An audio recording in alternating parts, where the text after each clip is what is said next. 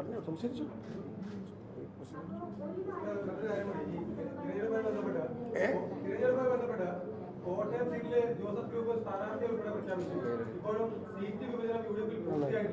അതിനൊക്കെ ഉത്തരം പറയാൻ പ്രതിപക്ഷ നേതാവാണ് അതിന്റെ ഏറ്റവും ഉത്തമനായ വ്യക്തി പാർട്ടിയിൽ ഞാൻ അദ്ദേഹത്തെ വിളിക്കുകയാണ്. അല്ല, UDF ചർച്ചകൾ ആരംഭിച്ചു. മറ്റ് ഘടകകക്ഷികളുമായിട്ടുള്ള ചർച്ചകളെല്ലാം തീർന്നു. മുസ്ലിം ലീഗായിട്ടുള്ള ചർച്ചയാണ് പൂർത്തിയാക്കേണ്ടിയിരുന്നത്. അപ്പോൾ തിരുവനന്തപുരത്ത് അസംബ്ലി സമ്മേളനം രാത്രി 8 മണി വരെ നീണ്ടതുകൊണ്ടാണ് അന്ന് നടക്കാതെ പോയത്. പിറ്റേ ദിവസം ലീഗ് നേതാക്കൾ എല്ലാവരും ഡൽഹിയിലേക്ക് അവരുടെ കേന്ദ്ര ഓഫീസിൻ്റെ രജിസ്ട്രേഷൻ സംബന്ധിച്ച് പോയി. അവർ ഇന്ന് രാവിലെയാണ് എല്ലാവരും തിരിച്ചു വരുന്നത്. വന്നതിന് ശേഷം ഒരുമിച്ച് ആ ചർച്ച തുടരും. ബാക്കി എല്ലാവരുമായിട്ടുള്ള ചർച്ച എല്ലാ ഘടകകക്ഷികളായിട്ട് പൂർത്തിയാക്കി. ഇങ്ങനൊരു അസൗകര്യം വന്നുകൊണ്ടാണ് അത് വൈകിയത്. അവർ പോയിട്ട് തിരിച്ച് എത്തിക്കഴിഞ്ഞാൽ ഇന്നും നാളെയൊക്കെ ആയിട്ട് അത് ഞങ്ങൾ ആ ചർച്ച തുടരും.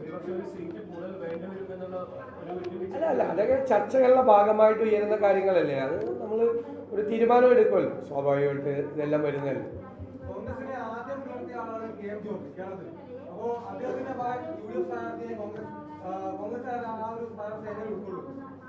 ഇപ്പോഴാണോ ഫ്രാൻസിസ് ജോർജ് ആദ്യമായിട്ട് UDF സ്ഥാനാർത്ഥിയാവുന്നത്?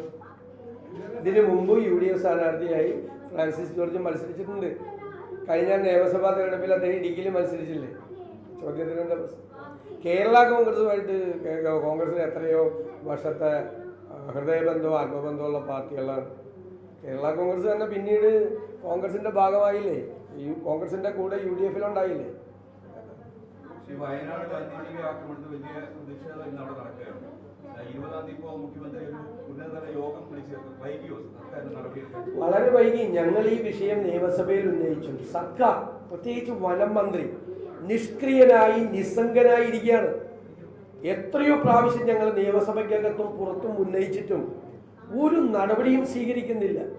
അതായത് ഒരു പ്രശ്നം ഉണ്ടായാൽ നിരന്തരമായി ഉണ്ടാകുന്നു.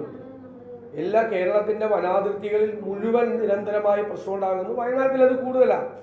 ഇന്നും ഇവിടെ റിപ്പോർട്ട് ചെയ്യപ്പെട്ടത് എന്താണ്?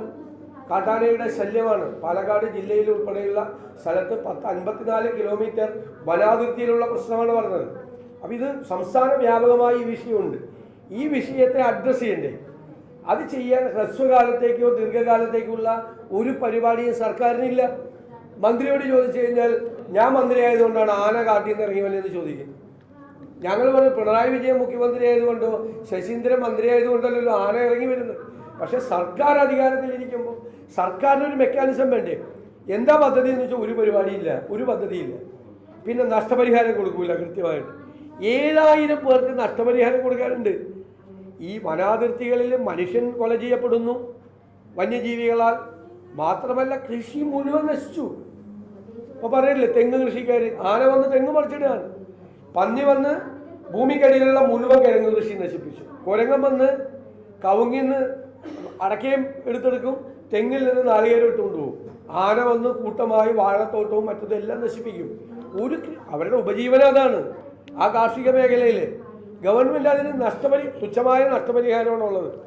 ആ നഷ്ടപരിഹാരം കൊടുക്കാത്തവരുടെ നമ്പർ 7000-ലധികം വരും. ഇപ്പോൾ പറഞ്ഞില്ലേ, ഇപ്പോൾ പ്രസിഡന്റ് ഇപ്പോൾ വായിച്ചപ്പോൾ പറഞ്ഞില്ലേ, 909 പേർ വന്യജീവി ആക്രമണത്തിൽ സമീപകാലത്ത് കൊല്ലപ്പെട്ടു. ഈ ഡിസംബർ വരെ 85 പേരാണ് വന്യജീവി ആക്രമണത്തിൽ ഈ വർഷം മരിച്ചത്. ഈ ഡിസംബർ വരെ. ഇപ്പോഴുള്ള കണക്കൊക്കെ വേറെയാണ്. ഇന്നലെയും അടുത്ത ദിവസമൊക്കെ ഉണ്ടായത്. ഇപ്പോൾ മാനന്തവാടിയിൽ സംഭവം ഉണ്ടായപ്പോൾ ഞങ്ങൾ നിയമസഭയിൽ കൊണ്ടുവന്ന് വളരെ ശക്തമായി സമ്മർദ്ദം ചെലുത്തി. എന്നിട്ട് എന്ത് സ്റ്റെപ്പാണ് ഗവൺമെൻറ് എടുത്തത്? ഇപ്പോഴും ആന കാട്ടിലിറങ്ങുകയാണ്. ആന കാട്ടിലിറങ്ങിയ വനം വകുപ്പിനെ അറിയുക.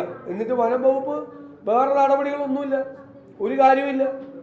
മറ്റേ ആദ്യത്തെ ആളെ മാനന്തവാടിയിൽ കൊന്ന ആനയെ ഇതുവരെ മയക്കുമണി വെച്ച് തളയ്ക്കാൻ കഴിഞ്ഞിട്ടില്ല.